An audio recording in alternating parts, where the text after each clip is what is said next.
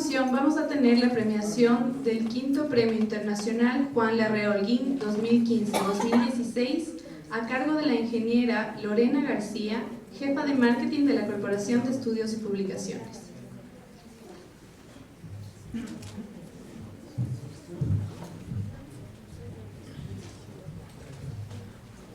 Señoras y señores, buenas noches. Es grato para mí, en representación de la Corporación de Estudios y Publicaciones, dirigirme a ustedes para hacer la entrega del premio al ganador de la quinta edición del concurso de ensayos jurídicos Juan Larrea Holguín, organizado por la Universidad de los Hemisferios y la Corporación de Estudios y Publicaciones, en homenaje a quien consideramos como el más insigne jurista ecuatoriano. El concurso de ensayos Juan Larrea Holguín busca fomentar el estudio de los valores más nobles del ser humano y constituye un espacio abierto para que los estudiosos del derecho puedan exponer sus ideas o investigaciones, lo cual supone un valioso aporte al derecho. Esta distinción pretende convertirse en un estímulo para la comunidad vinculada a las ciencias jurídicas, que ha respondido siempre en entusiasmo y con valiosos ensayos en cada una de las 5 ediciones del presente concurso. A nombre de los organizadores, Universidad de los Hemisferios y Corporación de Estudios y Publicaciones, quiero felicitar a todos los participantes que enviaron sus ensayos y solicito un aplauso para el abogado José Luis Castro Montero, ganador de esta quinta edición del concurso de ensayos jurídicos Juan Larrea Holguín. Muchas gracias. A continuación vamos a hacer la entrega del premio.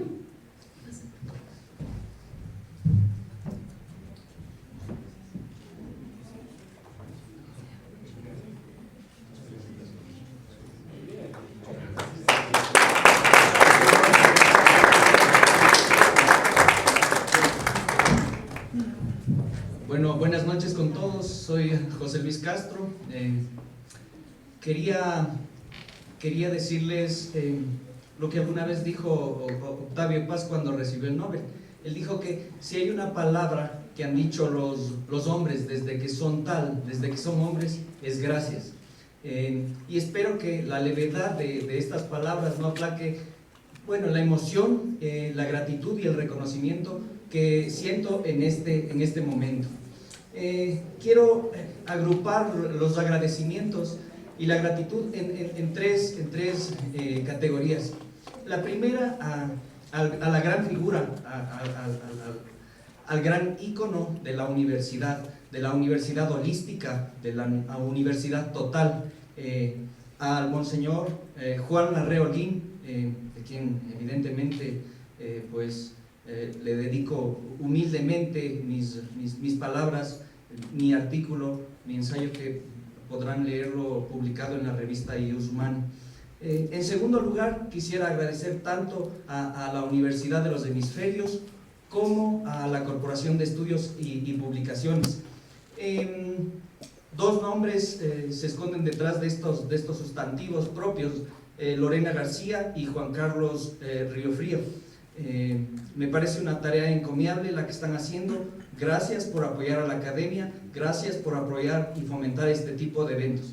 El tercer grupo, quizás para todos ustedes sea el menos relevante, pero para mí es el más importante, y es a mi familia, a mis antepasados, a la memoria de Piedad y de Aurelio, a mi familia, a mi madre Leonor, a mi padre Eduardo, a mi hermana Cristina, a mi novia Priscila. Especialmente les dedico este premio, y a mi abuelita Mercedes.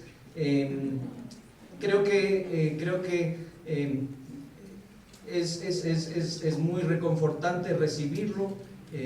Les digo, y no es falsa humildad, no me considero digno de tal honor, menos cuando escucho todas estas conferencias, cuando leo todas las obras de Monseñor Juan Larrea Holguín. Parece que todavía hay muchas cosas por lograr, y seguramente esto nos motiva a todos para ir día a día, paso a paso, y lograr muchas cosas. Les agradezco mucho de todo corazón, y ahora sí a escuchar una conferencia magistral del profesor Vigo, muy interesante además. Muchas gracias.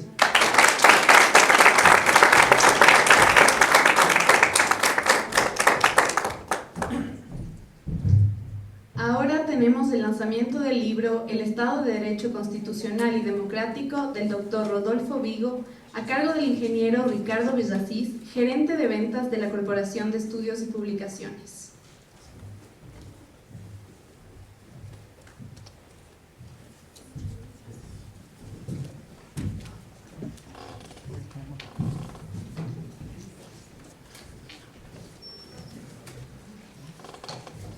Señoras y señores, buenas noches. Reciban un cordial saludo de la Corporación de Estudios y Publicaciones, que es una entidad jurídica que por más de 50 años ha contribuido al desarrollo de las ciencias jurídicas, especialmente la del derecho. Fue en el año 1965 cuando un selecto grupo de juristas, a la cabeza de ellos, Monseñor Juan Larrea Holguín, vieron la necesidad de crear una institución sin ánimo de lucro que contribuyera a la difusión de la normativa legal que regía en el país. Como abogado abnegado y estudioso del derecho, Monseñor Larrea vio que resultaba difícil para los abogados, para los estudiantes y para el público en general acceder a los códigos, a las leyes y a toda la normativa jurídica que se publicaba en el país, por lo que crearon la Corporación de Estudios y Publicaciones como un medio de difusión de las ciencias jurídicas. Pero la idea de Monseñor iba mucho más allá de la mera reproducción de aquello que se publicaba en el registro oficial, ¿sí? Sino que empezó a hacer estudios y a incluir concordancias en las normas, a vincularlas con la jurisprudencia, ¿sí? Posteriormente vinieron obras ya en formato de hojas sustituibles, ¿sí? Que permitían al usuario la actualización permanente de las normas por las reformas que se publicaban. A la par de esto, Monseñor Larrea creó una colección denominada el Repertorio de Jurisprudencia, en el cual hacía un estudio de todas las sentencias que se publicaban en un semestre, ¿sí? Una selección de aquellas que le resultaban más relevantes, y empezó a sacar un tomo semestralmente. Hasta la fecha son más de 80 volúmenes que componen esta serie del Repertorio de Jurisprudencia. Más adelante, el enfoque se dio a la doctrina jurídica, pues el doctor Larrea decidió publicar sus estudios y comentarios sobre el Código Civil ecuatoriano, y salió a la luz la obra El Derecho Civil del Ecuador, que ahora consta de 15 tomos y que es sin duda el tratado de derecho civil más completo y relevante de esta materia. Profundizando en la continuidad de esta labor de difusión, posteriormente la Corporación de Estudios y Publicaciones ha innovado mucho en sus productos editoriales, ha creado nuevas líneas de libros, e incluso publicamos ahora nuestras obras en formato impreso y en formato electrónico, es decir, formato ebook. Una de las líneas editoriales que más enfoque le hemos dado, ¿sí?, es la doctrina jurídica. Es un espacio en el cual connotados juristas tienen la posibilidad de transmitir sus experiencias, sus conocimientos sobre las diversas materias del derecho. Es por eso que, con mucho agrado y mucho entusiasmo, felicitamos al doctor Rodolfo Vigo por haber confiado en la Corporación de Estudios y Publicaciones para que publiquemos su obra, El Estado de Derecho Constitucional y Democrático. Sepa usted, doctor Vigo, que recibimos desde el inicio con mucho beneplácito la idea inicial de publicar su libro, ¿sí?, y ahora nos congratulamos ya de verla disponible para el público lector. Sabemos con certeza que esta obra contribuye en gran medida al mejor entendimiento de la doctrina jurídica, por lo cual le reiteramos nuestro agradecimiento y le auguramos muchos éxitos. Muchas gracias, doctor.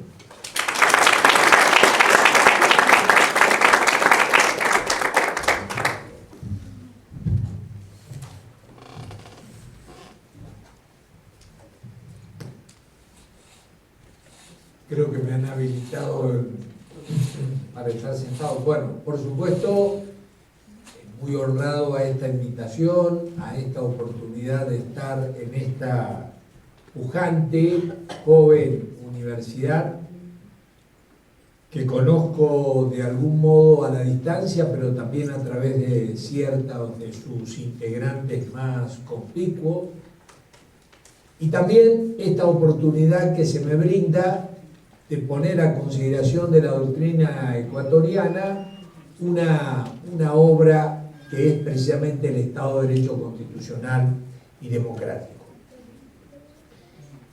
También, un poco de casualidad, Por otro carril, por la editorial Luis Ceballos, da la coincidencia que hoy me entregó Luis Ceballos otro libro sobre interpretación o argumentación en el Estado de Derecho Constitucional.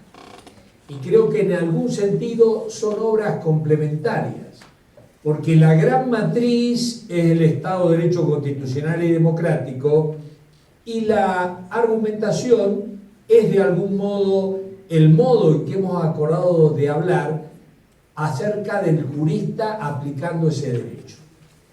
Por ende, si bien formalmente presentamos este libro, voy a referirme también, con la autorización de la corporación, obviamente, a referirme al otro libro que también muy generosamente la editorial jurídica Ceballos ha puesto hoy en difusión.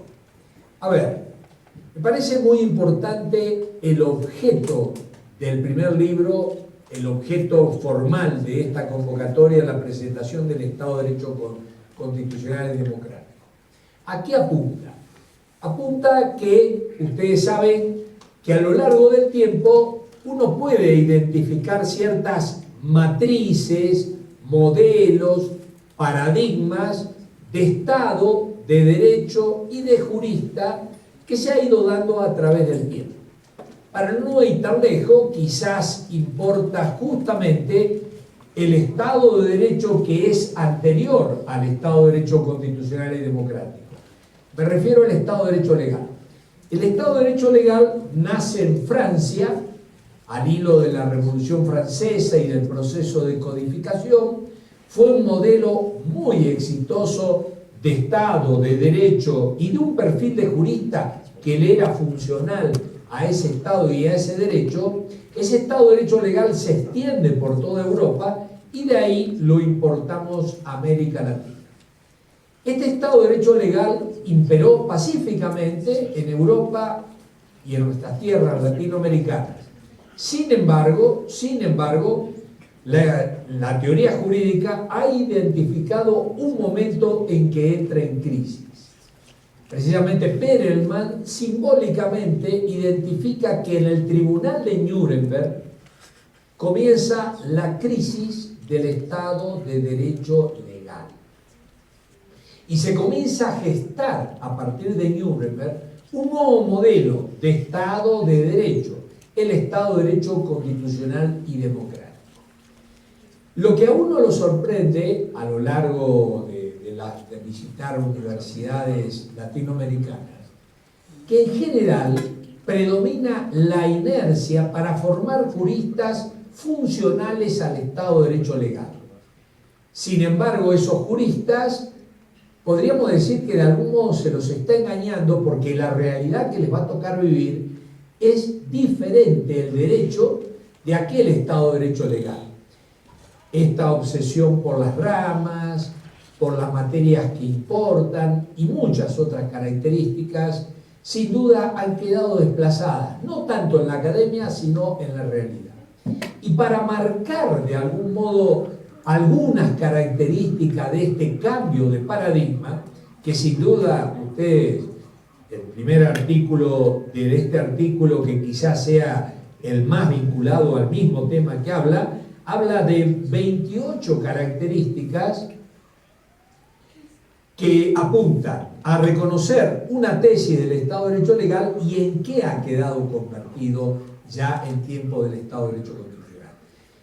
Voy a referirme básicamente a 4 características de esas 28 y luego hay una especie de consideración puntual acerca de alguna de esas características, por ejemplo, acerca de las fuentes del derecho como las entendemos hoy, cómo hoy reconocemos la validez jurídica y no en la clave que señala órgano, procedimiento y no violentar las normas superiores, eso no existe más. Y claro, yo también quiero agregar que más allá de que siempre he estado vinculado al mundo académico, apenas me gradué allá de los 22 años, tuve la suerte de entrar a tribunales, al Poder Judicial, después del advenimiento de la democracia, en el año 84, y estuve 23 años en el Poder Judicial. Y en buena medida yo fui víctima de esa sorpresa que me causaba imaginarme el derecho que me habían enseñado, de algún modo lo que yo suponía que iba a ser como magistrado, y la realidad que no tenía nada que ver con lo que me habían dicho que iba a ser como magistrado. Yo entro, como digo, a los 38 años, de los 22 a los 38 solo me dediqué a estudiar, y estudiar mucho, porque obviamente siempre me gusta mucho estudiar, de manera tal de que durante 16 años estuve alejado, si bien vengo de familia de juristas, abuelos, padres, varios tíos, todos mis hermanos, muchísimos primos. Mi padre fue de algún modo benigno en admitir que yo no iba a ejercer la profesión, siempre me vio medio extraño, pero aceptó esto de dedicarme a leer más. A veces estaba preocupado y le comentaba a mi madre que creía que yo iba a terminar psicológicamente alterado, porque no podía hacer, no se explicaba en las horas que yo permanecía estudiando, tomando mate, y a él le preocupaba eso. Bueno, pero de todas maneras ahí descubrí, y 23 años estuve en la justicia, y ahí aprendí el derecho a hacerlo de otro modo, ¿no? Y por ende a pensar de otro modo acerca del derecho. 4 años, los primeros 4 años de juez de Cámara de Apelación en lo civil y comercial, y 19 años juez constitucional, porque en las Cortes Supremas Provinciales, yo fui ministro de la Corte Suprema de Santa Fe, hacemos jurisdicción constitucional, no atendemos recursos ordinarios de apelación, sino recursos extraordinarios donde de algún modo se invoca la Constitución. Y claro, sin duda, eso fue un aprendizaje violento, abrupto, acerca del que el derecho que yo creía que era, no tenía nada que ver con la realidad. Nada que ver con la realidad. Y la realidad que yo vivía en tribunales era la del Estado de Derecho Constitucional. Y empecemos con la primera característica. En el Estado de Derecho Legal, Napoleón, que por supuesto sabía sobre todo de política, tiene claro, a partir del control político del Estado francés, que tiene que hacer el derecho. Y para ello identifica derecho con ley, más en particular con código. Y al mismo tiempo habilita a las universidades en manos del Estado. Quien quiere ser jurista, le vamos a exigir estudiar el derecho que yo voy a decir que es el derecho, que está contenido en los códigos, le voy a exigir que lo memorice y esos van a ser juristas. En definitiva, es un poco lo que predomina muchas veces en nuestra facultad de Derecho. La sinonimia entre derecho y ley. Y esta sinonimia entre derecho y ley se rompe en Nuremberg, porque en Nuremberg se condena por cumplir la ley y violar el derecho. Lo cual, en términos de aquel modelo, significa pegarle en la línea de flotación de aquel barco de Estado de Derecho Legal. Ya la advertencia que se colige del Nuremberg es que cuidado con la ley, que de pronto, si no la controlás desde el derecho, podés tener responsabilidades penales incluso por cumplir la ley. Es que ya en el Estado de Derecho Constitucional rechazamos aquella idea de que no hay más derecho que la ley y por ende no hay derecho prelegal. El derecho lo bajaron los codificadores franceses, en fin, en sintonía con el racionalismo, el iluminismo, aquella diosa razón a la que le iban a rendir culto en Notre Dame, bajaba. Con lo cual la historia, piensen ustedes lo innovadora que era esta tesis, que no había derecho prelegal. Traslademos esta tesis al mundo del common law. Decirle a alguien del common law que la semana que viene empezaba el nuevo derecho, que nos olvidemos de todo el derecho anterior, porque ahí estaba el nuevo derecho que se había creado con la razón del iluminismo. No había derecho prelegal, no había derecho supralegal, no había derecho poslegal. En definitiva, el Estado de Derecho Constitucional rompe esa sinonimia y precisamente afirma lo que siempre se pensó, que había mucho más derecho que el de la ley, que la ley era simplemente una de las fuentes del derecho que había que controlar desde el derecho. ¿Por qué? Porque Calígula no podía ser embajador a su caballo. Y por supuesto que un jurista, desde aquella visión dogmática, tenía que sentirse avergonzado si al embajador caballo de Calígula le decía buen día, señor embajador. Por ende, aquella noción elemental que siempre la humanidad reconoció, luego de este interregno de 150 años, fue. Ahora sabemos que hay mucho más derecho que, obviamente, que el derecho de la ley. Más aún, los derechos humanos, el viejo ius cogens, derecho natural secundario en Suárez, en Victoria, en Aquino, de algún modo ese ius gentium que hoy lo vemos en los derechos humanos reconocidos, no creados, ni siquiera no por el legislador, ni siquiera por el constituyente, en universal e inalienables, indisponibles por el legislador, indisponibles por el constituyente, indisponibles también por la voluntad individual. Por supuesto que aquí hay muchas preguntas ocultas en lo que yo afirmo tan ligeramente. De todas maneras, lo que hay que advertir que hay más derecho que el de la ley, que por ende el jurista tiene que conocer el derecho y no solo la ley. Este es el reclamo implícito y que se invoca y se trata en el Estado de Derecho Constitucional y Democrático. La segunda gran tesis que se fracciona en el Estado de Derecho Constitucional es que nos habían hecho creer, en fin, grandes académicos, por empezar, Kelsen, también Hart en el mundo del derecho, que el derecho era un conjunto sistemático de normas. Claro, la norma, precisamente su estructura lógica propia de un juicio, define un supuesto fáctico genérico y le imputa una consecuencia. Una norma es una respuesta jurídica explícita. Pero en el Estado de Derecho Constitucional, como ustedes saben, se reconoce que el derecho, además de estar formulado a través de normas, se formula a través de principios. Y para seguir en la comparación, estos principios son derecho concentrado, principios jurídicos implícitos, respuestas jurídicas implícitas, en potencia, infinitas respuestas jurídicas. ¿Cuántas respuestas jurídicas podemos encontrar en la dignidad humana? Como encontró el Tribunal Constitucional alemán a partir del 1.1 de la Ley Fundamental de Bonn. Muchísimas respuestas jurídicas implícitas. En mi jurisprudencia constitucional en Argentina, la Corte Suprema creó, entre comillas, encontró el recurso extraordinario por sentencia arbitraria apoyándose en el mandato preambular inocente, afianzar la justicia. La Corte dijo, es que si el constituyente nos mandó a afianzar la justicia, no podemos tolerar en el derecho cualquier manifestación grave y evidentemente absurda, irracional.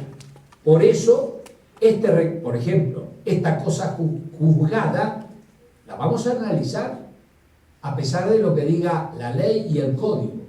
A este criminal de guerra, que no lo tendríamos que extraditar según el Código Penal porque están prescriptos sus delitos, lo vamos a extraditar porque estos delitos de lesa humanidad no se pueden prescribir. En consecuencia, hoy tenemos que advertir que en el derecho, además de normas, hay principios, mucho derecho concentrado, muchas respuestas jurídicas implícitas que los juristas, el abogado, el primer juez de la causa, el juez, el que está encomendado por la sociedad para que con imperium iuris dictio diga el derecho en cada caso, ahí hay muchísimas respuestas jurídicas. Esta es otra de las realidades que nos plantea el Estado de Derecho Constitucional. Este mundo novedoso, tan novedoso que no se aplica como las normas. Las normas se aplican obviamente a través de un silogismo.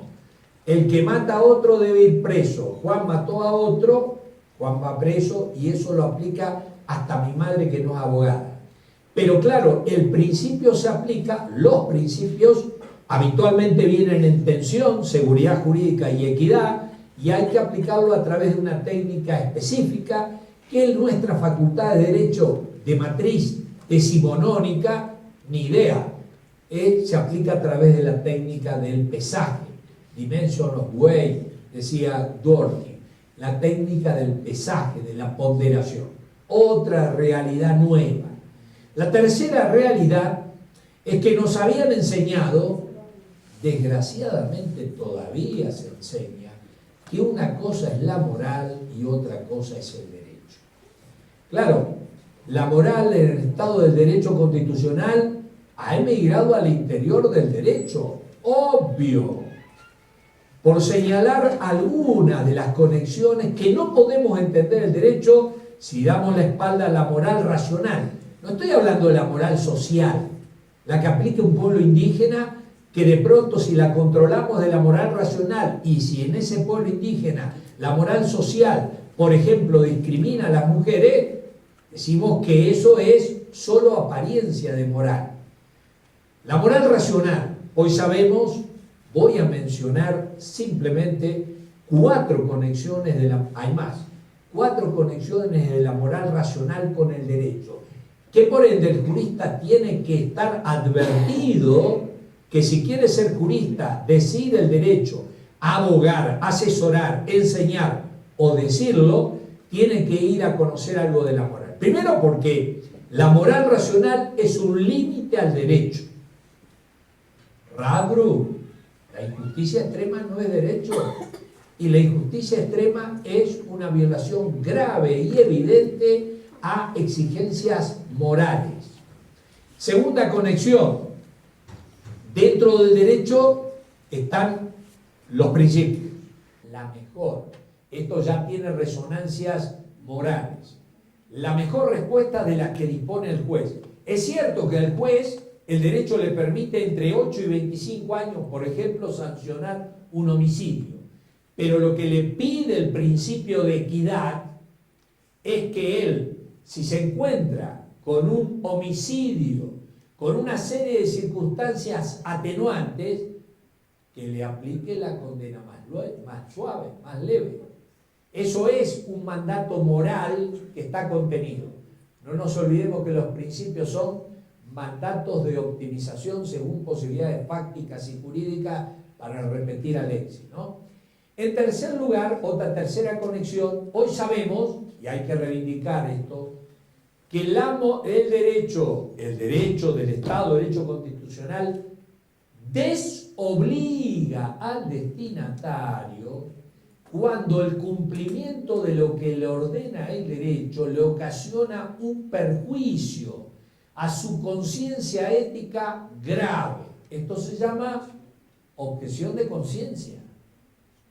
Y esto es una exigencia moral. Si queremos tener un derecho precisamente con rostro humano, ¿cómo le voy a exigir a este testigo de Jehová que de pronto, invocando sus convicciones religiosas, rechaza la transfusión de sangre? No rechaza la transfusión de sangre porque le duele que les traigan la sangre o que se la pongan. No, invoca su conciencia moral. Y obviamente, si él le invoca, está desobligado.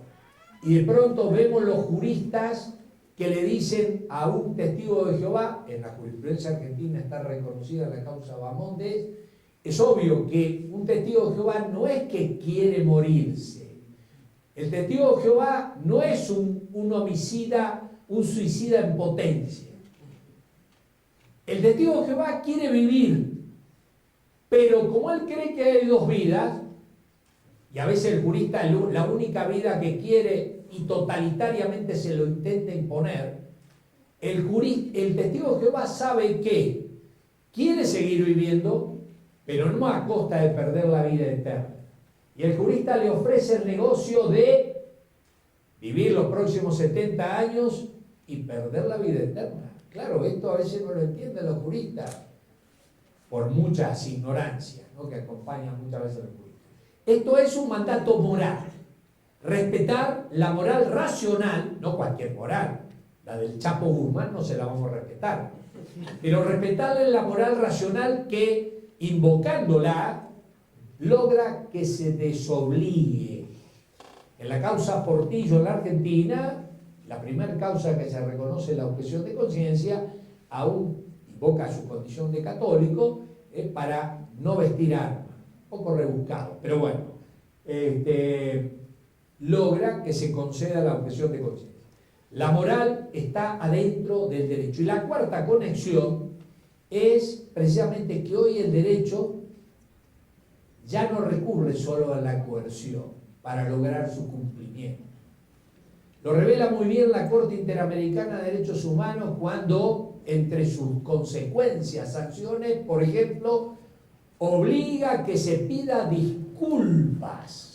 A un jurista forjado en el siglo XIX le resultará insólito que entre las consecuencias de una sanción haya levantar un monumento, pedir disculpas. Toda la justicia restaurativa revela la incorporación al derecho de moral en aras de buscar el respeto al derecho. 4 conexiones de moral, por eso los juristas a estudiar moral, lo lamento, porque lo exige el derecho del Estado de Derecho Constitucional. Y en cuarto lugar, el tema de los jueces. Claro, los jueces del Estado de Derecho Legal, a tenor de lo que nos enseñó Montesquieu, Bush de la Loi, poder casi nulo, seres inanimados, dijo Montesquieu. Es que para hacer lo que hacíamos los jueces, según aquel modelo del Estado de Derecho Legal, daba igual. Daba igual. Lo que hoy sabemos, y obviamente uno lo sabe quizás más porque estuvo de este lado 19 años experimentando la libertad que tenemos los jueces constitucionales de decir casi lo que queremos, y si me apuro suprimo casi, de decir lo que queremos, de algún modo el problema de los jueces. El derecho se ha judicializado. Por eso, cuidado quienes hacemos jueces, porque no es incompatible ser un gran académico y ser un malandra. No es incompatible. Por ende, este tema de los criterios para elegir los jueces, dado que ellos sí son la última palabra del derecho. Ellos son el poder constituido que tienen la última palabra en nombre del poder constituyente. Por ende, el valor de la jurisprudencia. Y para cerrar, porque me decía Juan Carlos 20, media hora, el otro libro de Luis Ceballos, que le agradezco, que yo decía al principio, este es un punto. Porque nos enseñaron en el Estado de Derecho Legal que intentamos mostrar que no va más. La tarea del jurista, ¿cómo se hacía? A través de interpretación. Por eso yo cuando me ofrecieron ser juez, dije, trabajo tranquilo. Yo creí que los jueces íbamos a hacer lo que nos habían enseñado en la facultad. ¿Cómo me habían enseñado en la facultad? Miren, lo que hacemos los jueces, viene el expediente, ¿y qué hago cuando viene el expediente? Usted tiene que fijar el caso que está en el expediente. Entonces usted se da vuelta rápido, identifica la norma genérica donde va a subsumir su caso individual y le aplica la consecuencia. ¿Y que la solución es una? Es una, obvio. Fíjese que en el Código Penal argentino existe un delito, el delito de prevaricato. Ese delito de prevaricato los jueces lo cometemos cuando dictamos una sentencia apartándonos de el sustantivado sentido de la ley. Con lo cual, cuando yo tuve que hacer mi primer disidencia, estaba preocupado, me fui a dormir preocupado. Dije, mañana viene un fiscal imputa el delito de prevaricato a la mayoría o a la minoría, pero algunos terminan presos. Bueno, pasó esa semana, ningún fiscal apareció y fui prevaricando, obvio. Cada vez que me imputaban disidencia, prevaricaba la mayoría o prevaricaba la minoría. Pero el Código Penal decía, no podía el Código Penal pretender que el que le decía sí al actor y el otro que le decía sí al demandado. Prevaricato clavado. Bueno, como digo, yo pensé que íbamos a hacer lo que hacía un juez que me decía, viene el caso, busco la norma, sumo, aplico y viene el otro expediente. Yo digo, en un día puedo sentenciar 30, 40 expedientes. Bueno, viene el colaborador y digo, ¿qué me venía a molestar? Buscame la norma, no me traigas el expediente solo, ¿te quedó claro? Tráeme la norma, la solución, la escribí y la firmo. Re fácil. El tiempo que me iba a quedar para estudiar. Entré sin canas. Juré en junio. En diciembre estaba encarecido. Claro, en la facultad no me sacaba las canas, porque a pesar de lo que digan los académicos, yo experimenté el trabajo. Yo siempre dije que no trabajé hasta los 38 años. El mundo académico no es trabajo, me disculparán acá los full time. Porque yo me levantaba, me quería quedar durmiendo, me quedaba durmiendo. Ese día quería trabajar a full, trabajaba. Y por ende, el trabajo era lo que experimenté en tribunales. En fin, controlado por los abogados, controlado por mis colegas, controlado por los empleados, muy crítico, todas las noches en mi foto alfileres clavándose. En fin, eso era el trabajo. Se vencían los plazos, eso es. No hay plazo para vencerse un libro. Bueno, pero digo, de algún modo ese era el perfil del trabajo del jurista. ¿Cómo? A través de la interpretación. Venía el caso, me doy vuelta, identifico la norma donde voy a subsumir métodos interpretativos, desentraño el sentido de la norma a través de los 4 métodos que enseñó Savigny, gramatical, ¿cierto? ¿Se acuerdan? Lógico, sistemático, histórico. El primer ayer le agregará el teleológico. Pero ojalá sea así el trabajo del juez, porque ¿cómo es el trabajo del juez? Por eso, el nuevo nombre del trabajo del jurista, lo que llamábamos interpretación en el Estado de Derecho Legal, hoy lo llamamos argumentación. A ver, ¿cómo es el trabajo del jurista? Viene el caso. Mamita querida, conocer el caso, los problemas. Es que para señalar, por ejemplo, un caso muy sonado, quiero saber si misma soy el juez penal de la causa. Por ejemplo, si este fiscal que apareció muerto el día anterior que iba a presentar la denuncia a Cristina Kirchner, quiero saber si se suicidó o lo mataron. La opinión de los juristas es muy importante al respecto. No vale nada, no tenemos ni idea. Vendrán los peritos y me dirán, mire doctor, porque quedó la mano así, es suicidio, porque quedó así, por la pólvora, etc. Y vendrá otro perito y dirá, no, el que le habló antes es mentira. No es verdad que se suicidó. La verdad, porque la última teoría, cómo se cae, la mano, la sangre, la pólvora, qué sé yo, lo mataron. Y yo estoy como juez penal, no sé qué investigar. Me tienen que decir, o no, una demanda de filiación, hace 50 años, la ganaba la habilidad del abogado. Hoy ese juicio de filiación lo gana mi madre si le da el ADN. ¿Se entendió lo que digo? Aquí está la prueba y la verdad. Aquí está Tarufo, para ser directo. La verdad es condición de la justicia. Es obvio. Si a mí me hacen creer que Juan mató a Pedro y no es verdad, yo la sentencia que voy a dictar es una porquería. Estoy condenando a un inocente, aunque tenga 600 páginas, cite 300 autores en 100 lenguas distintas.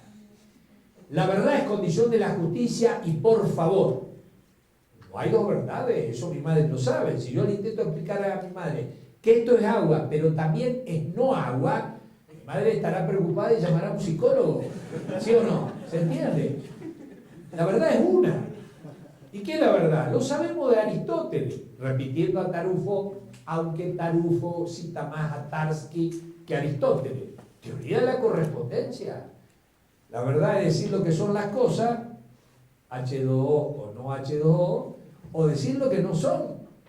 Entonces, el tema de la verdad, los hechos, los casos, las peculiaridades, esto que sabía el pensamiento jurídico clásico, cuando inventó lequitas, lepiqueillas, la excepción del caso. Sí, esta ley en general anda bien, pero a esto hay que hacerle excepción. Para utilizar un ejemplo Santo Tomás, ¿debemos devolver el depósito al depositante? Obvio. Pero Tomás de Aquino, que no era dogmático, me dijo, pero cuidado, como estamos en el saber práctico, tenés que prestar mucha atención al caso, porque por ahí no lo tenés que devolver al depósito. Entonces un dogmático, hijo cartesiano, la verdad clara y distinta, rechazaría esto.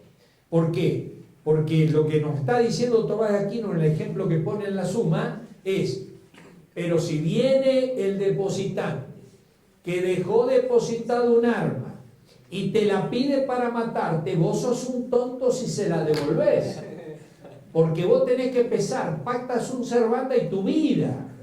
Y si vos le das más importancia a pacta sunt servanda que tu vida, anda al psicólogo. ¿Qué querés que hagamos? Decía Tomás. Entonces, digo, los casos, el mundo de los casos, de los hechos, probabilidad, desde Susan Haga hasta Tarufo. Con Tarufo basta y sobra, pero advertir. Yo en el Departamento de Derecho Judicial que tengo en la Austral, tenemos un diplomado en pericia. Mundo desconocido en nuestro mundo del grado académico de la Facultad de Derecho. Enorme mundo. Bien, conozco el caso. A Anisma lo mataron. Ok, me doy vuelta. Sorpresa.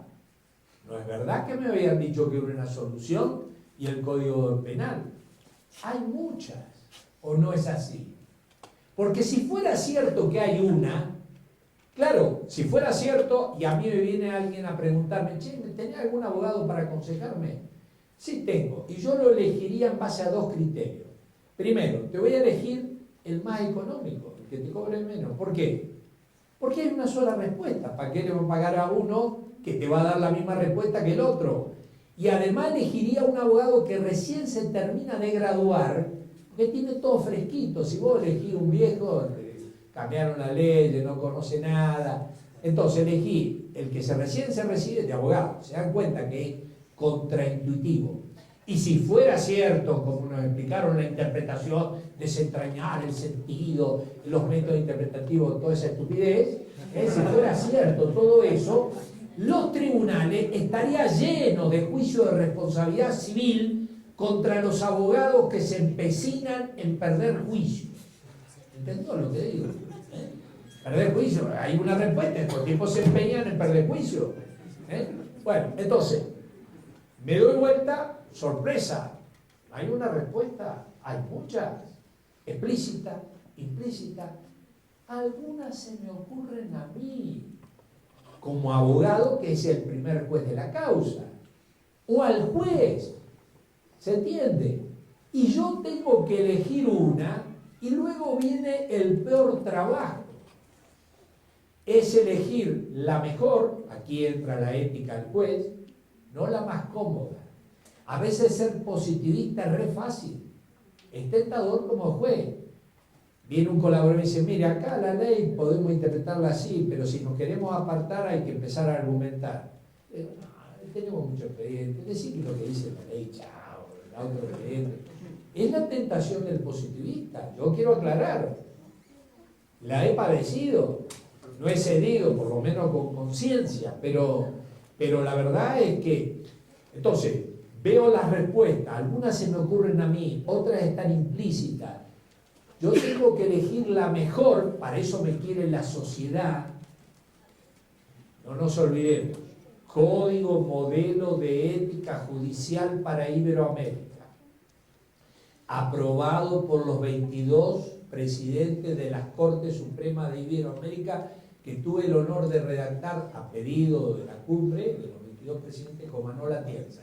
Ahí pusimos que el fin de la actividad judicial es conseguir la justicia por medio del derecho, no de la ley, del derecho, conseguir la justicia. Esta fórmula, que sí, la podemos leer en McCormick, pero es aristotélica, conseguir la justicia por medio del derecho. Yo elijo la mejor, mandato ético, y luego tengo que argumentar, ¿sí o no?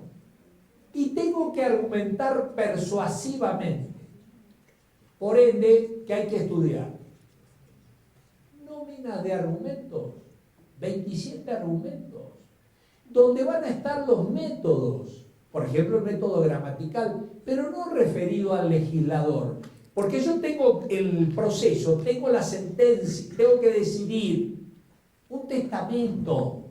¿Y qué problema lingüístico tengo? Que el testador dejó dicho en el testamento que le da a Juancito, no, perdón, dice, este inmueble que vale muchísimo, se lo dejo a mi hijo más querido.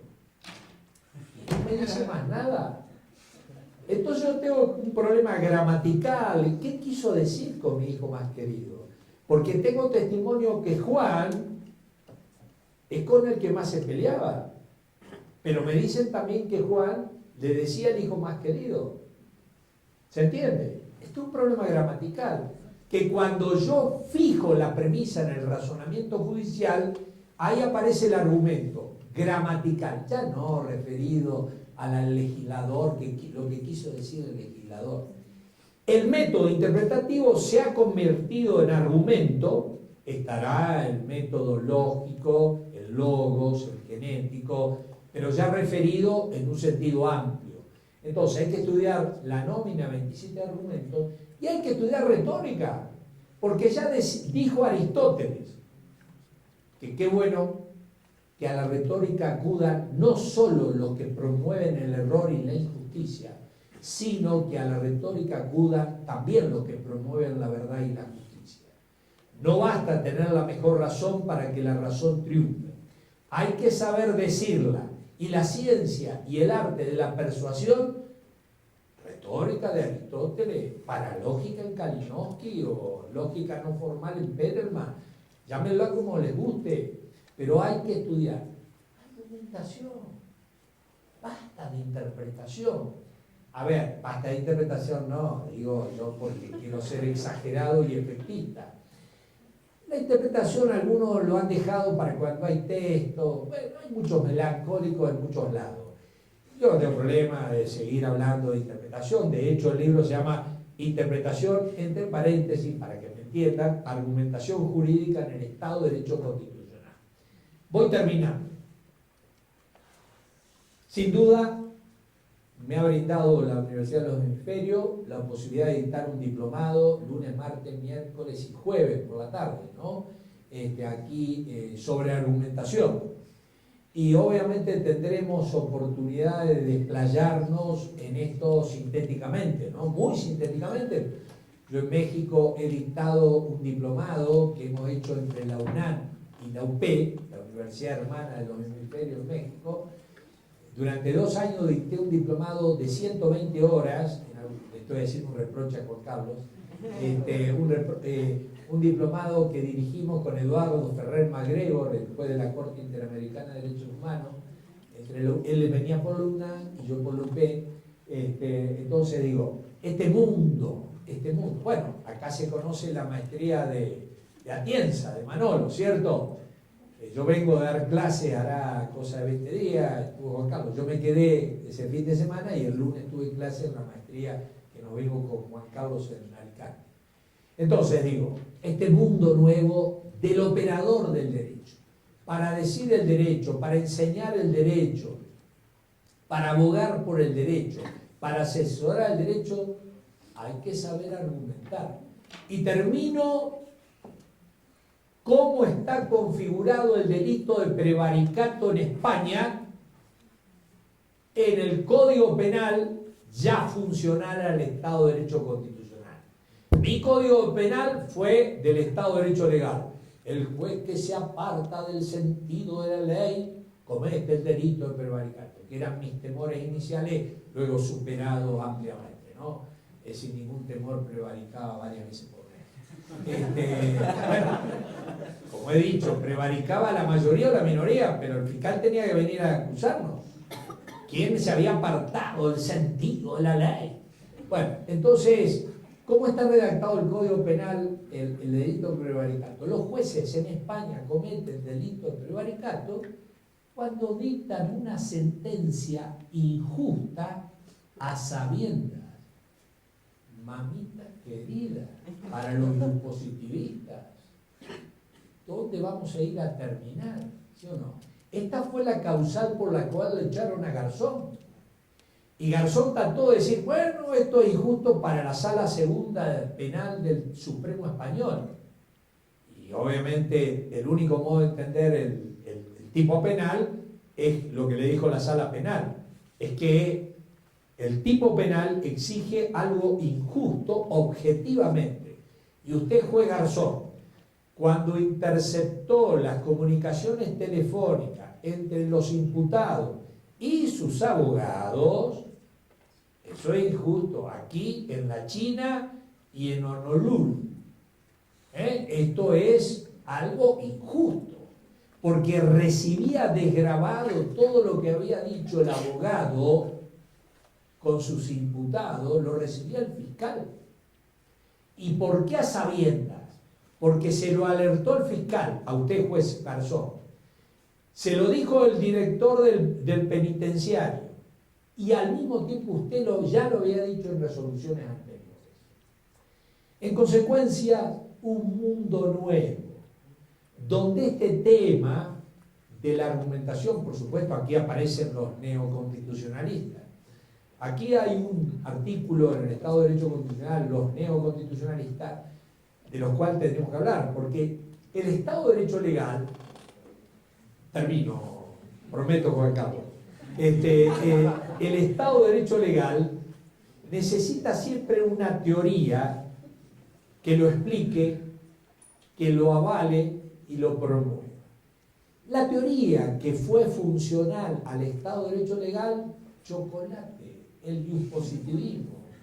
El iuspositivismo decimonónico legalista de la exégesis francesa, de la escuela histórica alemana o del primer IERI.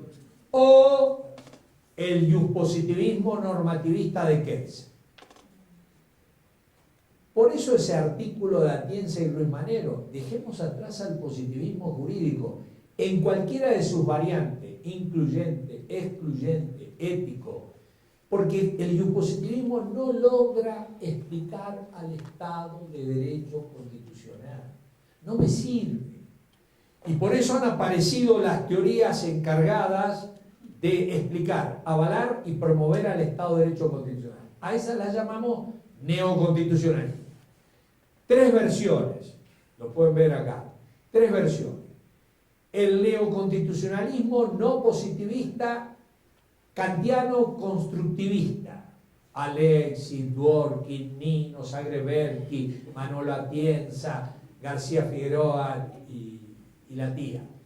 En segundo lugar, el iuspositivismo crítico de Ferrajoli, casi en soledad, jovesiano, muy difícil de entender, como se le ha señalado por Aguiló. Ser iuspositivista y crítico a la vez es complicado, pero bueno, ahí está Ferrajoli. Y el neoconstitucionalismo no positivista, iusnaturalista, aristotélico, que ahí sí encontramos el aparato conceptual suficiente para explicar, avalar y promover al Estado de Derecho constitucional.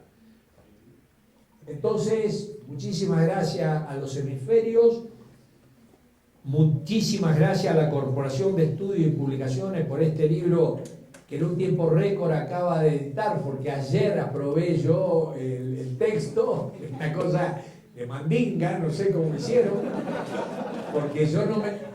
En Ezeiza, que me desmientan, en Ezeiza estaba logré abrir, porque yo también ando con muchas obligaciones, vi que estaba la dedicatoria a mi nieto, le pegué un análisis rápido y le dije, impriman, ayer a las 7 de la tarde hora argentina, 5 de la tarde hora ecuatoriana, y hoy está el libro Mandinga, o Holguín, ¿no? Puede ser, también, ¿no? Me parece que la re Holguín. Y también gracias a Ceballos por el libro que también me editó y que hoy también de algún modo conocí. Muchas gracias.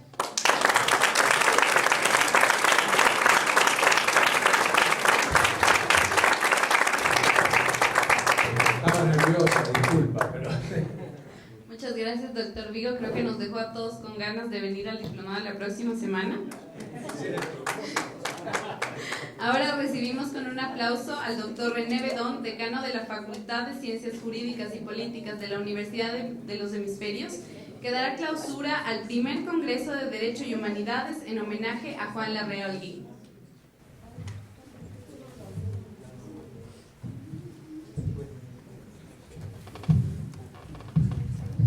Buenas noches con todos. Primero que nada, déjeme felicitarle, doctor Vigo, y agradecerle por su brillante conferencia. Sabemos que se trata, sin lugar a dudas, de uno de los filósofos más importantes del mundo. Ustedes verán cómo ahora se está construyendo la famosa teoría de la filosofía para un mundo latino, en donde efectivamente están Alexi, Nino, Atienza, y sin lugar a dudas también el profesor Rodolfo Vigo. Para la Universidad de los Hemisferios es un honor realmente tenerlo en esta casa de estudios. En segundo lugar, quiero agradecer a todos los ponentes por su gran trabajo que han hecho. Han presentado sus líneas de investigación, han presentado sus ideas. Creo que ha sido un trabajo académico realmente valioso que se ha desarrollado en la Universidad de los Hemisferios estos días. Hemos tenido tratadistas importantísimos, como el profesor Vigo en los temas históricos, la doctora Isabel Robalino Boyer, quien también agradezco por su presencia en esta noche, juristas como el de la talla de Alejandro Ponce Martínez, historiadores, hemos tenido la presencia incluso del cardenal, de Monseñor Raúl Vela, y naturalmente también de Monseñor Antonio Arregui, quienes han venido a engalanar este gran evento de la Universidad de los Hemisferios, que yo considero que sin lugar a dudas ha sido uno de los principales eventos académicos que no solo existió en la Universidad de los Hemisferios, sino yo diría en todas las universidades de esta ciudad y por qué no decir del país en este año. Quiero sin lugar a dudas también felicitar y agradecer todo el trabajo encomiable del staff, de las personas que han trabajado en el desarrollo de este evento, pero no quiero dejar de felicitar especialmente a Juan Carlos Riofrío, sin cuyo trabajo no hubiera sido posible.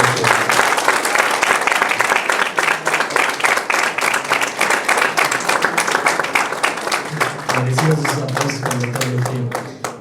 Quiero también agradecer a la Librería Jurídico Ceballos y a la Corporación de Estudios y Publicaciones por todo el trabajo que han desarrollado, que han desplegado tanto para la publicación de los libros del profesor Vigo, cuanto para proveer de libros a todos los asistentes a estos eventos. Quiero felicitar también al ganador del quinto concurso, Juan Larrea Holguín. Sin lugar a dudas, un premio que todos quisiéramos tener. Revela la gran capacidad investigativa y de análisis jurídico del autor. Realmente es un honor el que tu artículo vaya a estar publicado en la revista Ius Humani, una revista indexada de la Universidad de los Hemisferios. Estos días hemos, sin lugar a dudas, trabajado, especialmente el staff y todos los ponentes, para dar realce a esta figura de Juan Larrea Holguín, un gigante, como decían, en lo grande y en lo pequeño. Yo, claro, como abogado, solo sabía que era el autor más prolífico de la historia jurídica del Ecuador y que todos, sin lugar a duda, hemos leído. El doctor Jimmy Vaquero comentaba que cuando él realizaba sus estudios en Navarra, había encontrado solo dos autores referidos en Navarra, la doctora Isabel Robalino y el doctor Juan Larrea Holguín. Pero claro, durante estos días hemos ido descubriendo facetas de la personalidad de Juan Larrea Holguín, todo el trabajo encomiable desde el punto de vista eclesiástico, todo lo que ha hecho para la Iglesia Católica. Y claro, hoy día me sorprendió también el señor rector, Diego Jaramillo, que hizo una gala de todos sus conocimientos en materia artística y que nos permitió a los neófitos en el tema conocer que Juan Larrea Holguín también era un gran artista. Con eso quiero dejar cerrado el Congreso de Derechos y Humanidades Juan Lerroa Holguín, invitar a los ponentes a la cena que vamos a tener en el IDE Business School y claro, felicitar también a los alumnos, a todos los que han venido. He visto muchas caras quedarse hasta las 8 de la noche, pero sin lugar a dudas esto va a incidir mucho en su formación profesional, para que después de esto ustedes vayan y le digan al mundo de dónde vienen, siempre puedan decirle de la Universidad de los Hemisferios. Muchas gracias.